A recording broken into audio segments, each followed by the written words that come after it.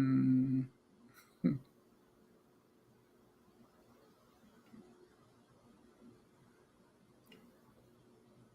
Supreme Court.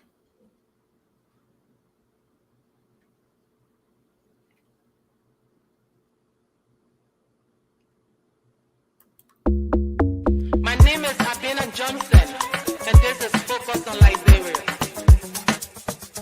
Hit it! From Cape Mount to Cape Palmer, mountain back to Atlantic Ocean, Obomi Hills to Pocondre, to educate, elevate, and promote.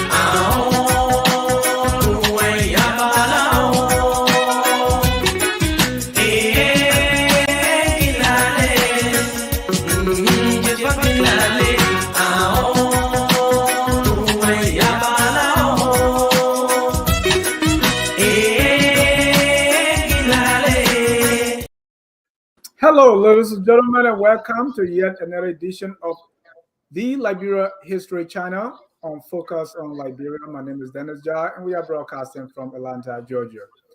In tonight's edition of the Liberia History Channel, we're going to be looking at some interesting cases in the Supreme Court of Liberia, starting January 1861 to January 1907. We're going to be looking at those cases, and this will probably spend 2 or 3 episodes.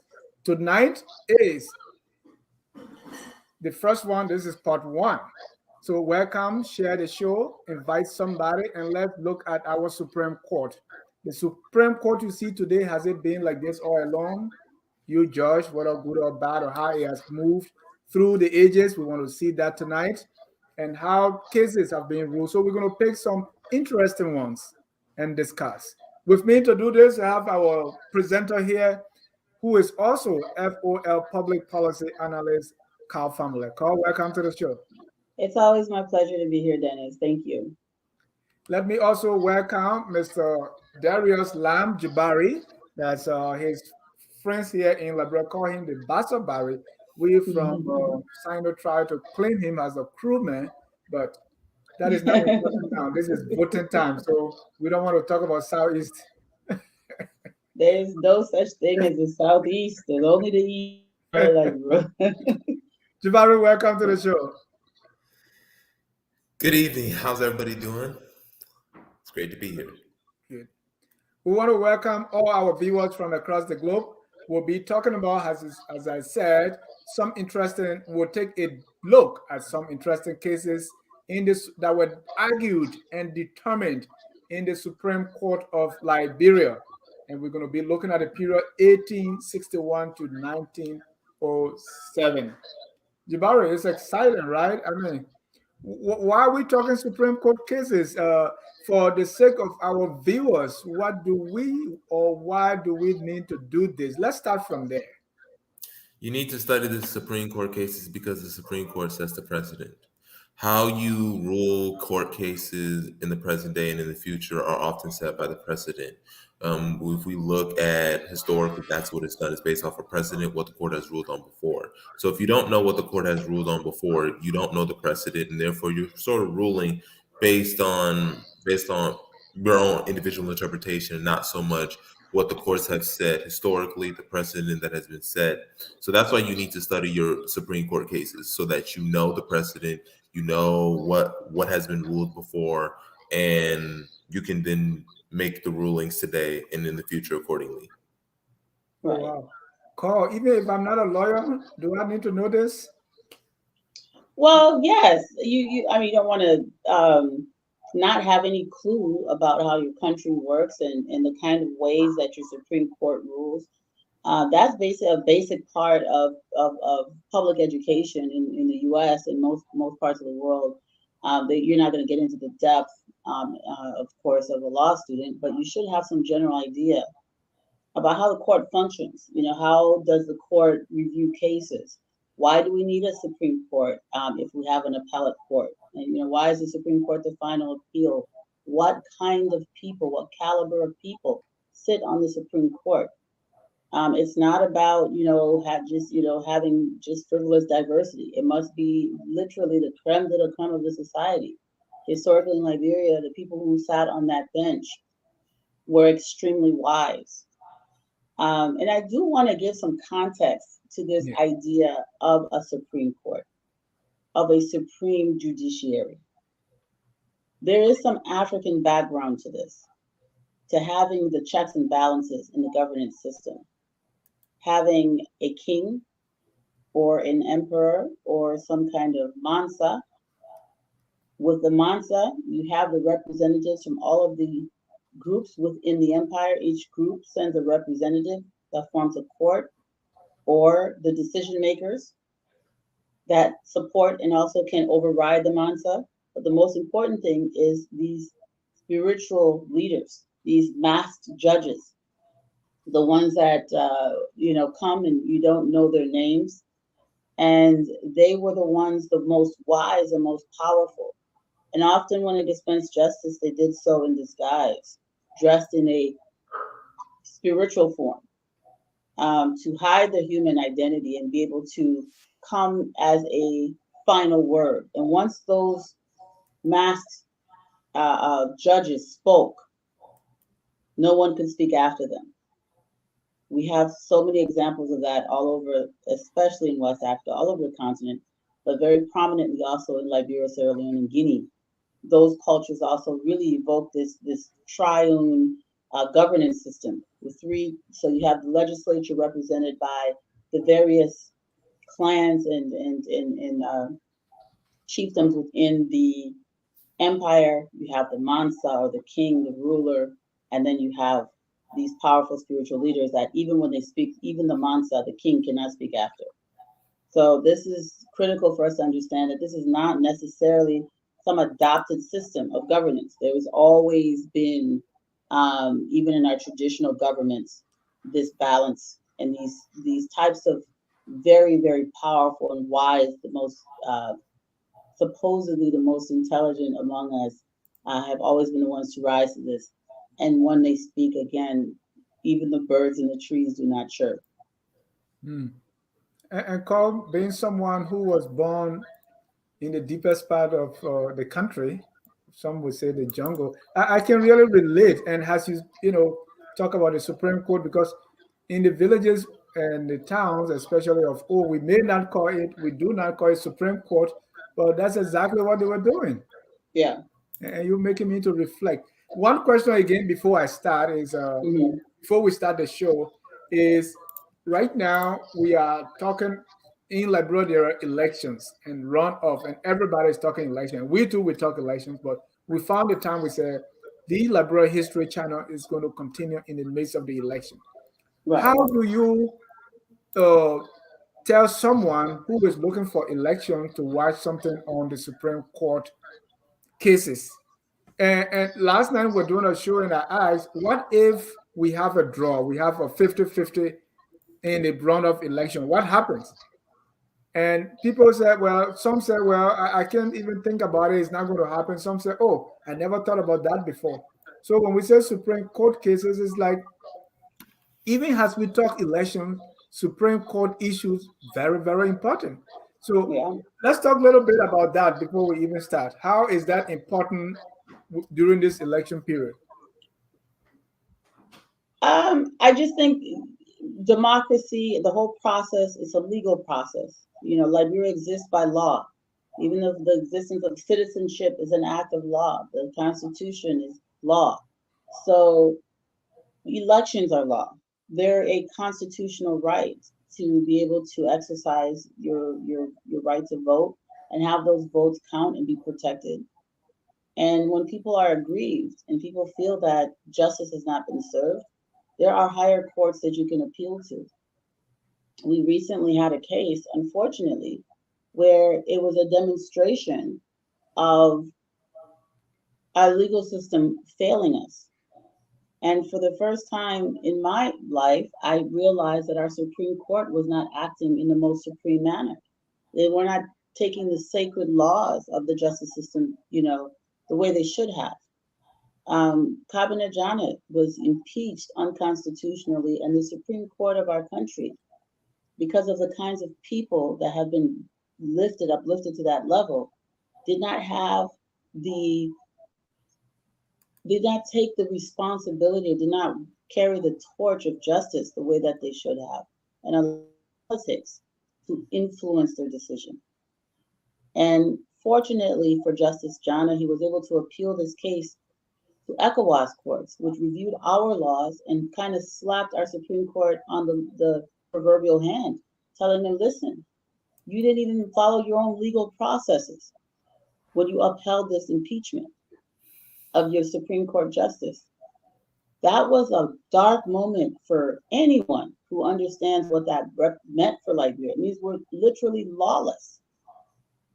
That when the Supreme Court is tainted with political favor, this becomes a problem. We've had cases that we're not going to cover today, but in the past where you had two presidents go to court, where Stephen Allen Benson was basically sued by former President Joseph Jenkins Roberts, and Roberts won in the lower court. But when it reaches because the lower court is there's different kinds of judges, right? But once people sit in that Supreme Court, not bribery, not intimidation, they are the last bus stop. They're like that spiritual masked, what we call a cultural masked judge who comes out when they speak. That's it. So Roberts was able to use his power and influence to get all the way through. When it got to the Supreme Court, they ruled in favor of Benson because they're no longer being guided by politics. They're not being guided by friendship, by religion, by anything other than the law. And there's case upon case upon case where you see this happening. They take their personal feelings, their personal beliefs out and focus strictly. What does the law say? Yeah. And that's important. And citizens need to understand this because as you elect presidents, these people choose Supreme Court justices. They nominate these justices. Yes, they have to be confirmed by the Senate, but the nomination itself is powerful. And we're really looking at caliber. Maybe we're looking at the same caliber of people, but the deep-rooted ethics and commitment to duty. When I saw that corroded in the case of Cabinet Jana, it was very disturbing because even to a lawyer, it was obvious that it was a political witch hunt. And I trusted the courts and they let us down. And so, I want people to know it has not been this way since 1847. If the country had this kind of system, we would no longer exist. Liberia would not be here. We would not have a country if people were as weak and easily bribed and manipulated as they are today. Liberia would have disappeared a long time ago. Thank you. Jabari, you have anything to add before we go to our slides? Yeah, the only thing I would just say is you are supposed to know, most importantly, your Constitution, because the Constitution is that supreme document, that supreme guiding force. And when the Supreme Court analyzes law, they have to analyze is this in line with the Constitution? They're supposed to look at that, look at the laws, but also most importantly, the Constitution. Is this constitutional? And if it's Right. unconstitutional, it cannot stand. That's why they say this is constitutional, this is unconstitutional. Does this match with what our Constitution is saying? When we talk about elections, that should be in our Constitution. People should know the Constitution. So when it's appealed to the court, the Supreme Court, they're going to look at it and say this is constitutional, this is unconstitutional, Exactly. and then go forward. Right. Thank you. That leads us into our slide. Carl, I'll turn it over to you. Yes. Thank you so much. So this is our third Supreme Court Chief Justice. And the reason we're starting with the third is because the cases that we are discussing were occurring during 1861 to 1907. The third Supreme Court Justice was Boston Jenkins Drayton. He was Chief Justice from 1861 to it's supposed to say 1864. I'm sorry, that's a typo. Yeah, He lived that's a long time, Dennis. That is a typo. So it's 1861 to 1864. Good grief. Yeah, that was an old man. I'm about to say that's a record right there. Mm-hmm. So he actually served as Chief Justice for 3 years. And there he was, a pretty dapper man. This is a sketch that was done of him around 1861. Right. And if you look under his sketch, 1861 to 64, so it's clear that the one here is a typo, please. Yeah, so here's a list of Supreme Court justices. Now, these reports do not cover the reason Samuel Benedict, who was the president of our Constitution Committee, is not on here, and John Day, who was the second Chief Justice, is not on here because they left office before 1861. So this is covering the justices, from 1861 to 1907. And so you've got, of course, Boston Jenkins Drayton. He was Chief Justice. We know that E.J. Roy, Edward James Roy, that went on to be president, was Chief Justice from 1865 to 1868. We also know that C.J. Pearson's, he was C.L. Pearson, sorry, he was Chief Justice from 1869 to 1894. Zachariah Roberts is one of my favorites, my second favorite. I have a rank of Chief Justices. But Zachariah Roberts is up there. He's probably my second favorite in the Supreme Court with the cases he ruled. But he was there from 1895 to 1907. And then associate justices during this period were James E. Moore. You had James Priest, Henry J. Nile. You've got Zachariah B. Roberts.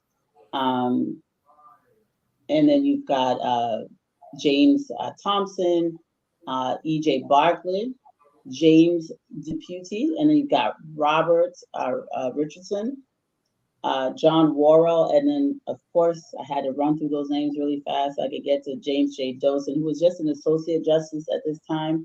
My favorite judge in Liberian history, my favorite Supreme Court judge, and, of course, my favorite Chief Justice, my favorite Vice President, James J. Dosen, 1898 to 1907. So James J. Dosen, born in Maryland of Vi parents who were teachers and evangelists in Maryland when he was born. So the people in Maryland claim him and the people in Cape Mount claim him. And I also claim him. But one of the greatest legal minds that Liberia ever produced, James J. Dosen. And Tubman also idolized him later on. And we see these, were they leaving office? Were they have term of office? Or today we know that? Well, they have term now, but usually they remained until they either became too ill or they were deceased. Right, because I see 1861 to 64. 65 to 68. Mm-hmm.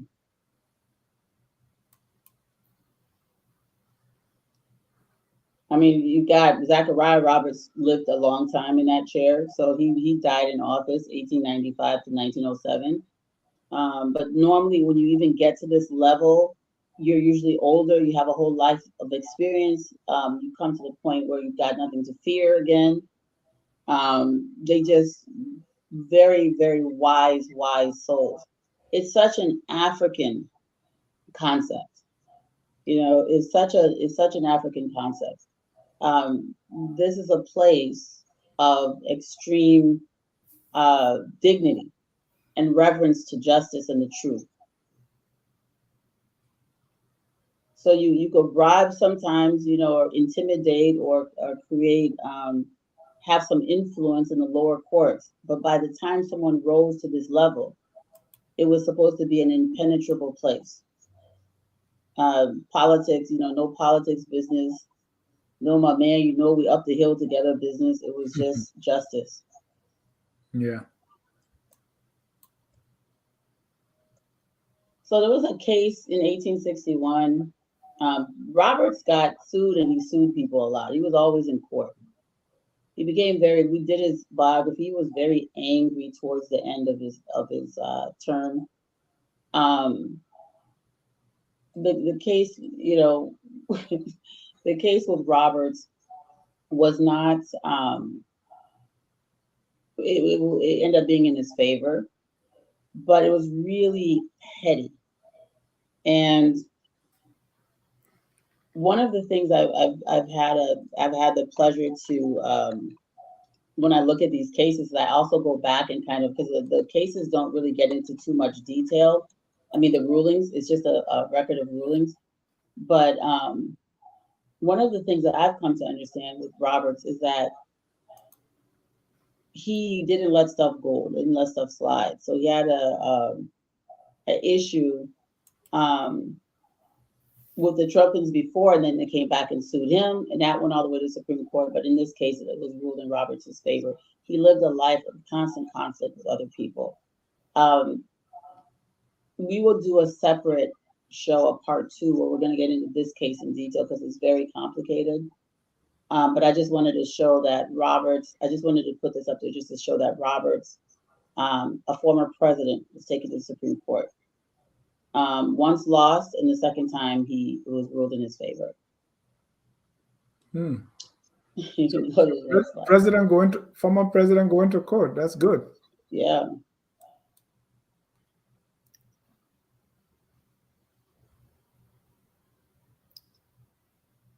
This is So go to the next slide.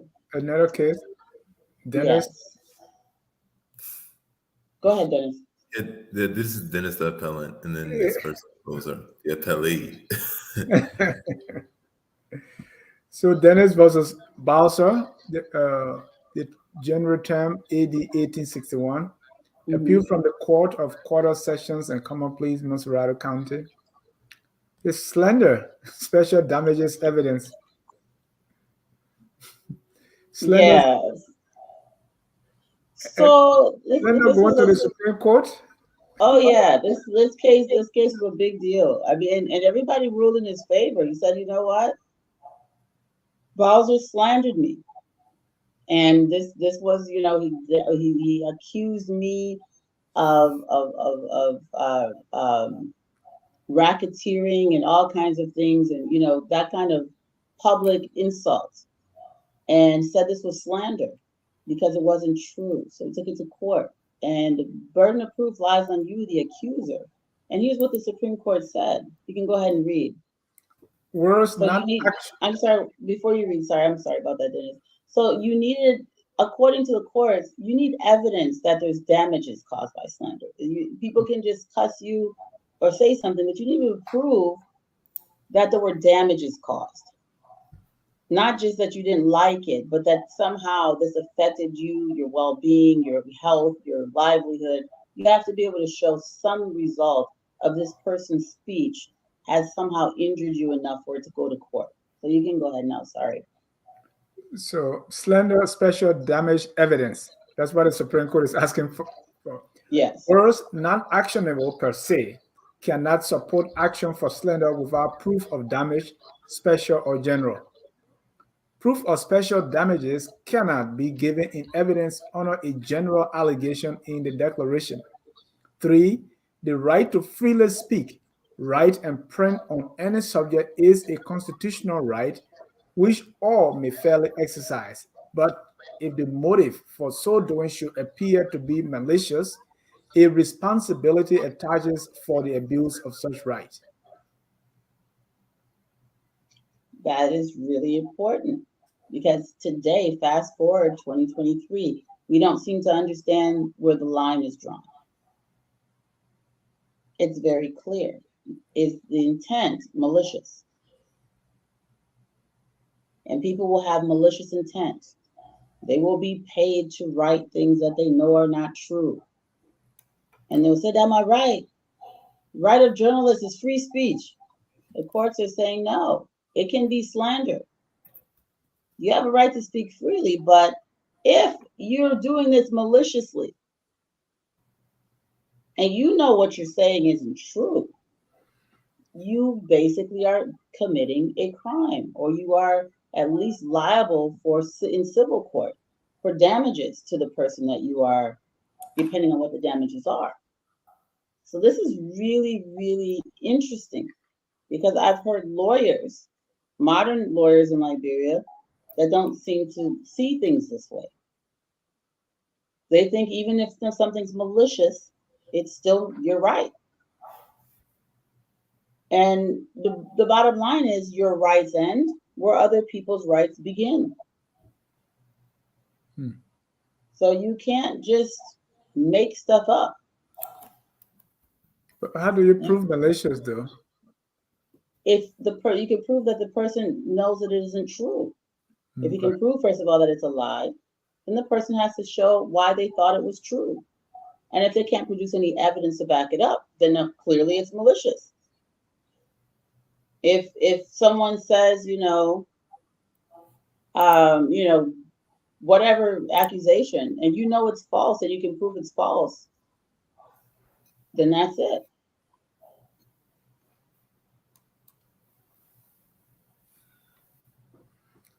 It is a privilege that no jury in the land nor court has the right to suppress or circumscribe. Courts having the aid of jurors ought to be alive to those points of law which embrace individual and public constitutional rights, that they be not invaded by opinions of jurors in their verdicts. The duty of the court is to guard with an eagle's eye the Constitution and laws, and only upon satisfactory proofs a citizen is to be held responsible for an abuse of his constitutional liberties. Upon the whole, therefore, it is the opinion and judgment of the court that it appears by the records before it that the appellant in appeal is not guilty of slander, and it is hereby decreed that the judgment of the court below for the plaintiff must be consequently be reversed and amended. Issued that the appellee recovered nothing as damages with the payment of all costs. Yes.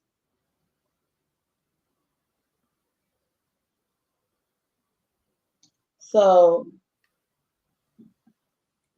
basically, for the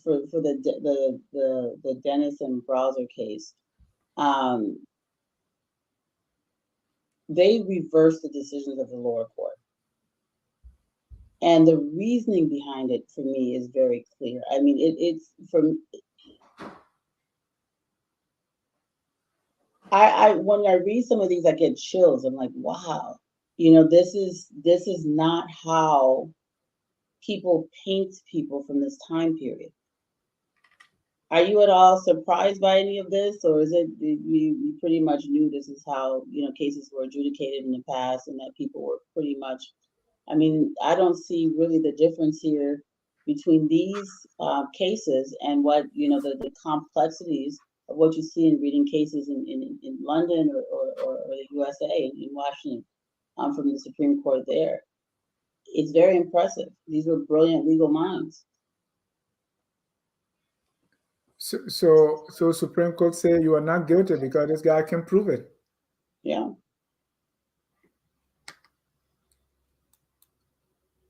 Because he first couldn't prove that it was even false. That's the other thing. You can't just say, I'm mad this guy said this thing. You got to be able to prove it's false. Right? So if you can't prove something's false, that's a little difficult. I've seen cases where they've ruled in modern times when the person wasn't able to prove anything, just because they had more power, more influence. So that's where we get into this issue of how are people not having the same standards that people have had in the past.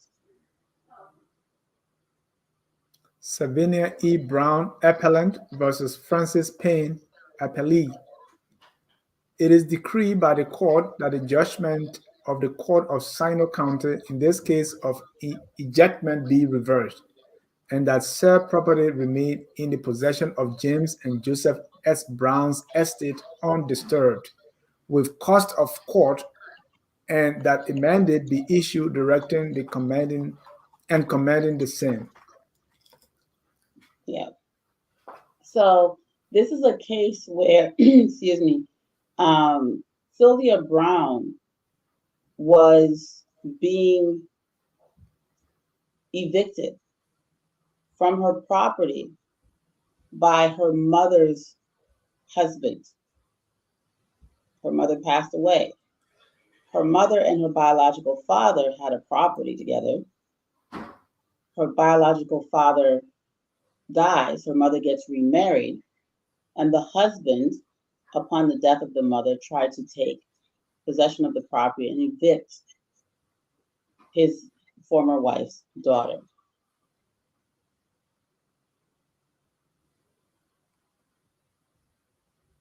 So the court's saying that he cannot inherit the property that his wife inherited from her former husband, that property goes to his children. And he could not evict them and take possession of the property. And there's go ahead. No, I said there's always been bad people. Evicting your wife's children. Yeah, but you know, in modern cases, I think that's allowed. I think I've seen that kind of case where, well, that a male wife, you know, maybe not a male, but that a male wife, he got every right to, not if he, had a previous spouse. And in the States here, I'm aware of cases here in Georgia, just because of the work I do. This is exactly how they rule. Did you have this property previously with a previous spouse? You acquired it before you were married? Okay. And then you had children out of that marriage? Okay, then those things, basically simplifying it. But for the most part, this is how cases should be adjudicated. And one of the challenges that we have in Liberia, and I'm going to just, throw this in here. At that time, the law school was better equipped to produce lawyers than our law school is today. In comparison to legal, law schools around the world. So people were studying the law at a level comparable to their counterparts in other countries. And right now, because of the economic deprivation of the University of Liberia and our Arthur Grimes Law School, only the most brilliant students are able to really become truly have real legal minds. We don't really have an adequate library or facility for students to perform at the level of their counterparts at even the most basic university in other countries. And that's a tragedy. And that also explains why we have so many problems in society. If the standard of legal education has been reduced as much, and even the standards at the entire university as a whole, because of lack of funding. Not because the students aren't brilliant, but because we don't have the resources to produce to develop the kinds of minds and legal luminaries that we need to carry our country forward.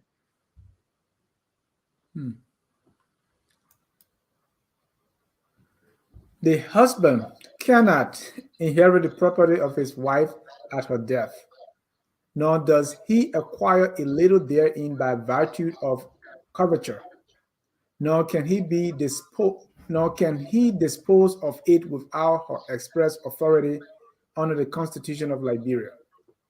2. Where during coverture an heir capable of inheriting has been born, the husband, on the death of the wife, may hold her estate as a tenant by the courtesy, but he cannot sell or otherwise dispose of said estate by virtue of the coverture. So basically, it's what we just covered in legalese. So, so basically, they're saying because someone, you know, because there's someone born who has inherited under 2, who's basically an inheritor of the property. The husband, upon the death of the wife, may not hold her estate as a tenant. You know, so he can't just say, "Hey, it's my property. It was my wife. She's dead. It's mine," and throw everybody else out. So I think that's very important. And it's funny how, you know, we say this is 1861 also. So women, this myth that women didn't have property rights clearly isn't true. Women could inherit property from their fathers, they could inherit property from their husbands, and pass on wealth to their children. So here is the court defending a woman's right to, even in her death, to pass her wealth and her property on to her children. I thought that was really something to, you know, there were a lot of other cases, but I wanted to point this one out. Very, very important. 1861. She didn't have the right to vote, but she had the right to own property and pass her inheritance on to her children. Mm-hmm. I think that's important because oftentimes back then, especially in in America and in other more patriarchal societies, if the woman's married, the property is now her husband's, and he decides whether or not it gets passed or not. So the fact that she's able to have that sort of say or have that opportunity is truly remarkable. I wonder how this case was being ruled in the United States at that time, 1861. They Same would say way. it's her husband's. They would say it's the husband's, and the husband decides who gets the inheritance. Interesting.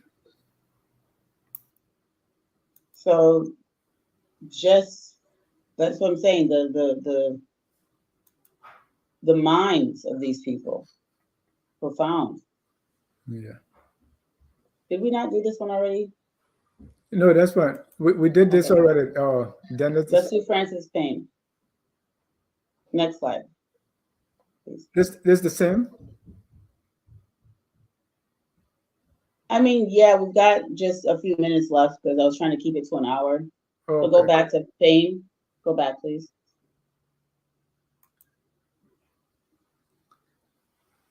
Dennis and browser again. It is equally certain and undebatably clear that Did you see the Payne slide, Dennis? I'm sorry. Maybe I deleted the Payne slide. Do you see? it's a pink.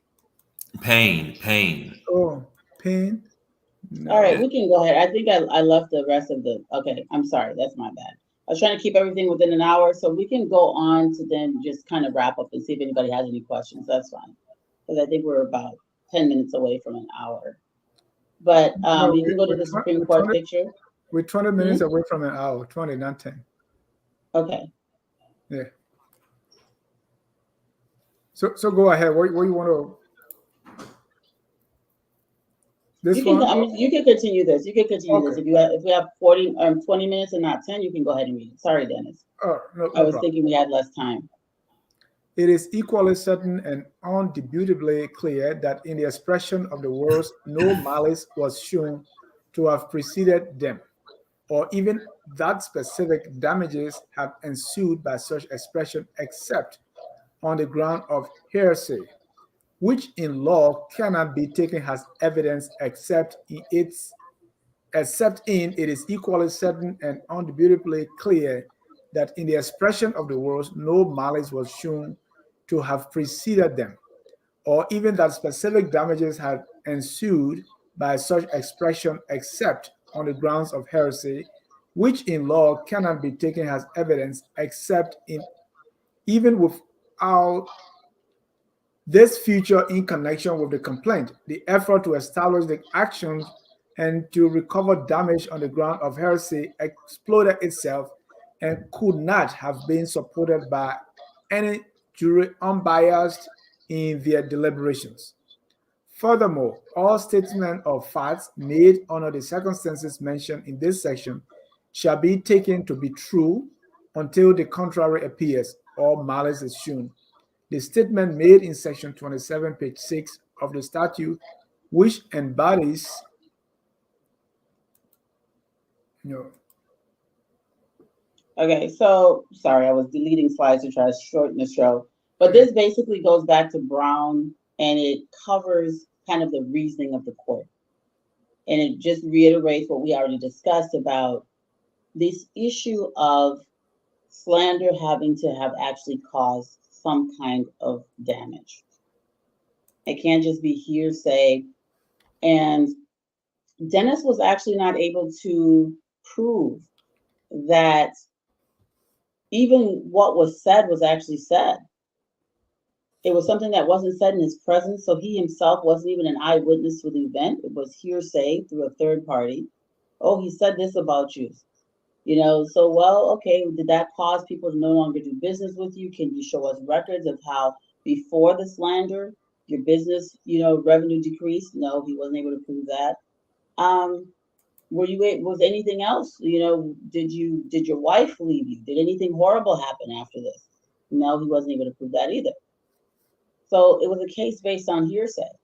Now, it's interesting that the lower courts ruled in his favor because he was powerful. He was a powerful merchant. And when it got to the Supreme Court, that didn't matter.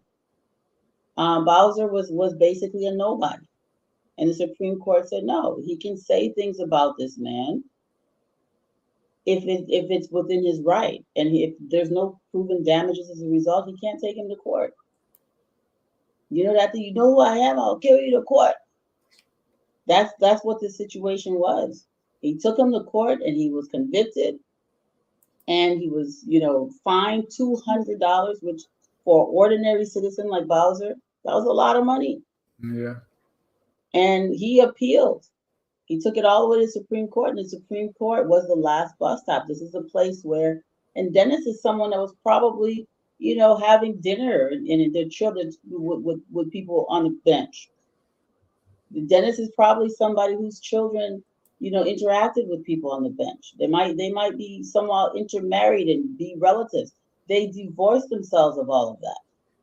Because Liberia has always been a pretty small country and still ruled against him because he was railroading this ordinary citizen for saying things about him that he didn't like, but wasn't able to prove that they were untrue or that they caused him any harm.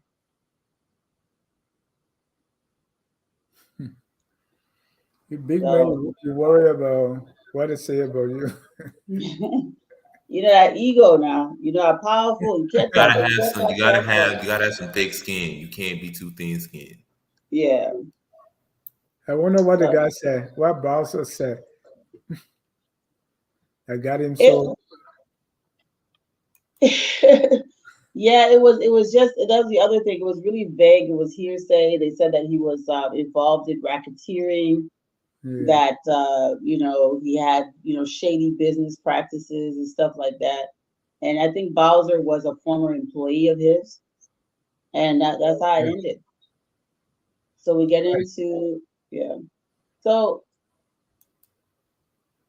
the next photo, I've shown this on the show before. Because it's one of my favorites. Your bossman Dawson is there. Yeah, that's how he was Associate Justice, and Zachariah Roberts was Chief Justice, and Robert B. Richardson was the other Associate Justice. Yeah, Dawson was a torchbearer for Liberia. I mean, he was a great human being. You could go back and watch the episode we did on Joseph J. Roberts. I'm sorry, Joseph Jenkins Dosen. What I would like you all to do also, I'm James Jenkins Joseph. I keep calling this guy Joseph. Lord, I'm tired, Dennis. I'm sorry. So what I would like you all to do is It's going Joseph forward. Jenkins Roberts for you. That's what it gets you. Yeah, he threw me. So what we're gonna do, James J. Dosen. What we're gonna do going forward with the History Channel is we're gonna cover some, not all, but some of our Supreme Court justices, starting with Samuel Benedict. Kind of give a little biography, talk about some of the cases he ruled, and then that'll be a series on our judiciary. Because we've done the presidents very thoroughly, we'll look at some of our justices and what they accomplished. Starting with Samuel Benedict. How did these people aspire and rise to this level? That's the kind of thing we're going to be looking at. Because we talk about these justices and we don't really necessarily ever get into, we don't necessarily, break down how they were able to rise to this status. Right, And because the ruling of the Supreme Court can really shape the country. yes, Yeah, so it's important that we study them just like we did the presidents. mm-hmm. It's the final decision, the law of the land. Yes.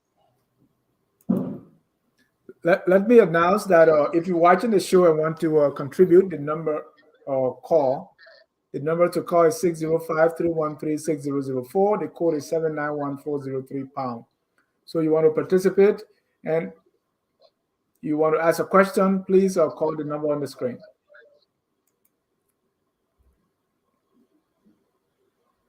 Who are these other Supreme Court justices?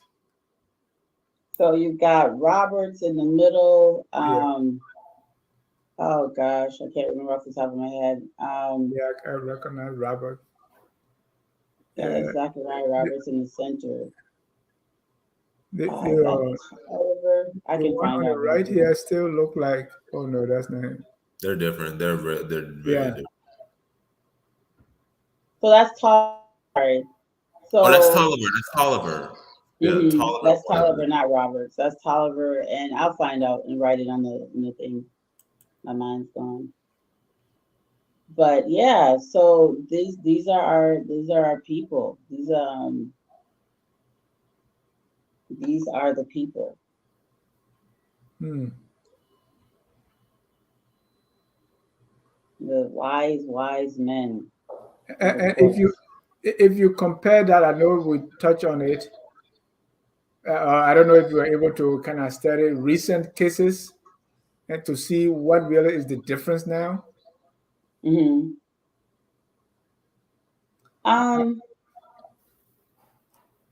Yeah, so this is James Tolliver. I'm not sure who the associate justice was. The two associate justices were on it. I do confirm that this is Tolliver. But what were you asking? No, I said, what is different with our bench today? The way we rule cases or the reasoning behind this ruling? They don't have a background. They don't have the background like these people in the past had. Like and the principles behind it. They used the law. They were familiar with the law, the Constitution. They understood the rulings. Yeah. You gotta have that foundation. You gotta have that foundation. You don't have that foundation. So it's more than just education and ethics, courage and wisdom. It's not just about foundation, right, Jabari? It is. You must have the foundation, the educational foundation. You must understand the law. But understanding is not enough. You also need the wisdom. You also need the ethics. You need to have the courage. Even when a decision is going to make you lose friends, you have to be basically willing to, in the face of anything, do the correct thing by the law. And this is something that existed at one point in our country. And that's what I really want people to understand, because sometimes we pretend that the history has been terrible to justify bad behavior today. We say, oh, this has been going on since 1847. Liberia's never had any decent, human beings. We've always had no ethics in this country. We've always been corrupt.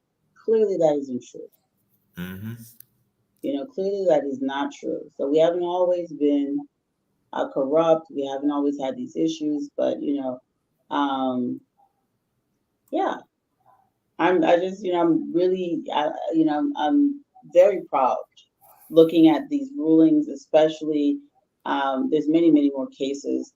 When we get into when we bring up the justices individually, and then we talk about cases that they ruled in, the chief justices, we're going to focus on those. They start looking at where they're sentencing people to death and upholding it for killing people who are basically nobodies in society. You commit murder in America in those days, and you kill a person that is not that's not considered like some vagabond that's considered worthless, and you're rich and powerful. Normally, you wouldn't go to jail.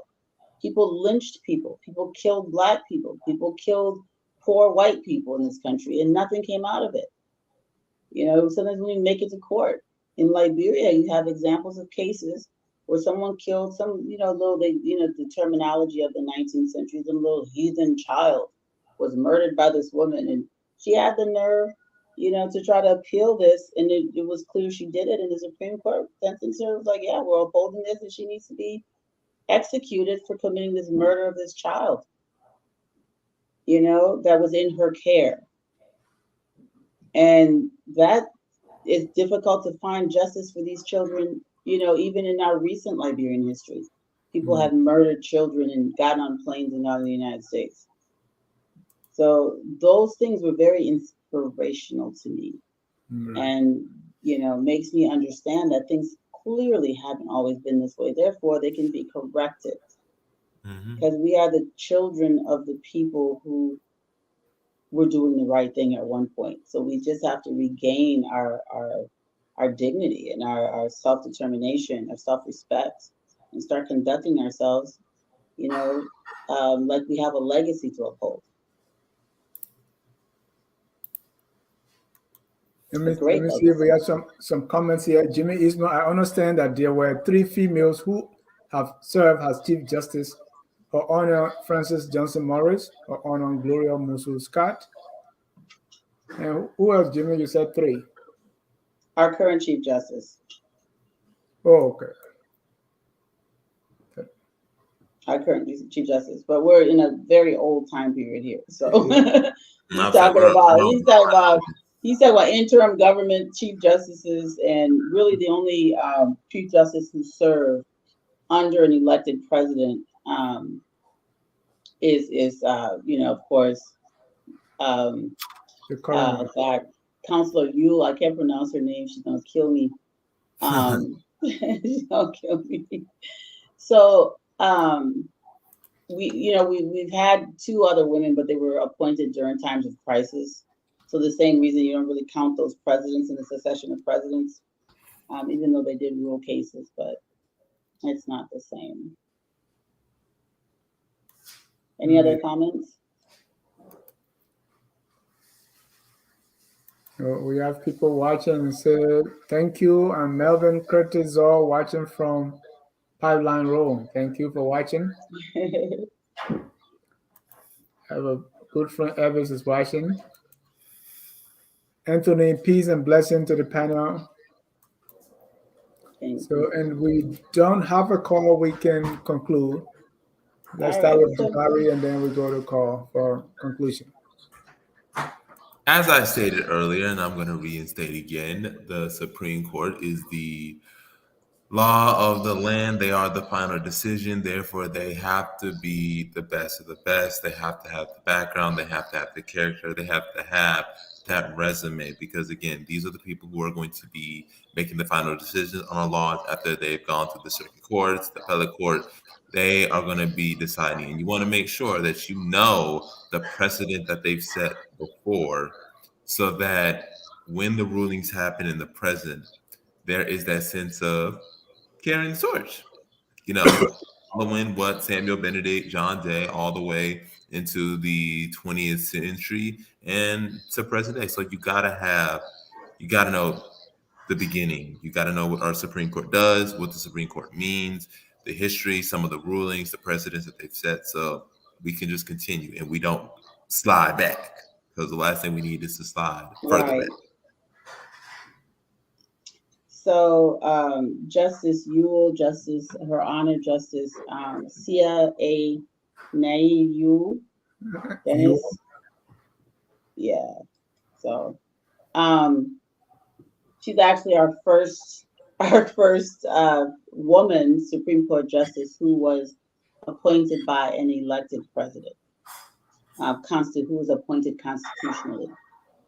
So while she, just like Ellen Johnson Sirleaf was the first female elected president, even though we had Ruth Perry serve in the role during an interim government, it doesn't really count because it wasn't done constitutionally.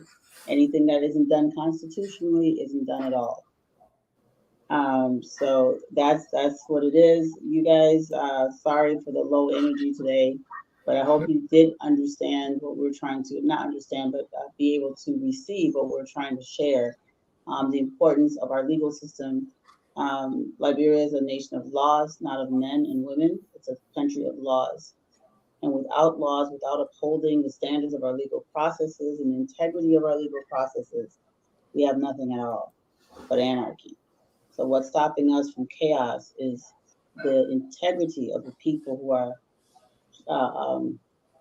who are challenged with the responsibility and charged with the responsibility of upholding, interpreting, and dispensing legal judgment, interpreting our laws and dispensing legal judgment. So with that, that's all I had to say. Thank you for listening, and join us next week when we start with Chief Justice, our first Chief Justice, Samuel Benedict.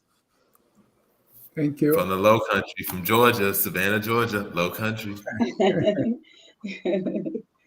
Gullah Geechee, Samuel Benedict. Yes. All right. On that note, I will also say join us tomorrow at 7.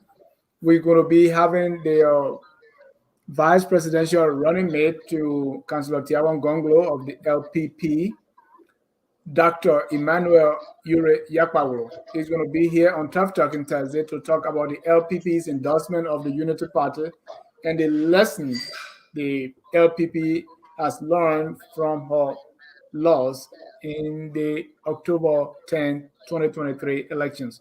You don't want to miss Tough Talking Thursday tomorrow at 7 with your host, of course, that's me. Carl, thank you for, it's important that we talk about these justices. And there are things that we do without, and I'm very much happy that you brought this up, that we do a series on the chief justices, because most of the time in Liberia, we complain of the presidents and say, oh, everything is president, president, president. So if we talk just president, president, president, and don't deal with the chief justice, then we are making the same mistake. We can do chief justices, we can do vice presidents, secretary, treasurer, we can do all they of are it. powerful. The chief justices are powerful, and so it's very important that we treat that so that we give the kind of respect that place deserves. So and humanize them. These were human beings. The Supreme Court, the Chief Justice was not just like this thing. We kind of see it like a type. These were human beings. These were human beings, okay, that lived, that breathed, that had families, that had careers, that had intellect. And no, that's important you said that, right? Because even in Liberia, when I went to grade school and we talk about the presidents, maybe I'm forgetting, but I didn't see that human side. We memorized their names, but we couldn't talk about their children, their spouses, what they did, the human aspect of them. I really didn't hear that. And so watching the History Channel and here hosting it, I was able to see that clearly, that, as you said, Jabari, these were human beings. People that we can aspire to say, oh, I want to be like that person. Yeah. But again, thank you for coming. I want to thank our viewers. Always focus on Liberia. I mean, I'm so proud of the ladies and gentlemen at FOL because we do what is not done anywhere else in the Liberian circles. Now it's history. You're going to see business, finance, and economics. You're going to see literature. You're going to see politics. You're going to see everything. It's right here at Focus on Liberia. Some are now calling us the PBS of the country, and this is something that we can shy away from. Again, thank you. I want to thank our viewers, those who watch tonight and those who will watch later. Again, we're going to conclude with our song that says, "We are all Liberians." Have a good night and God bless you. We are Liberians. Liberia is our home.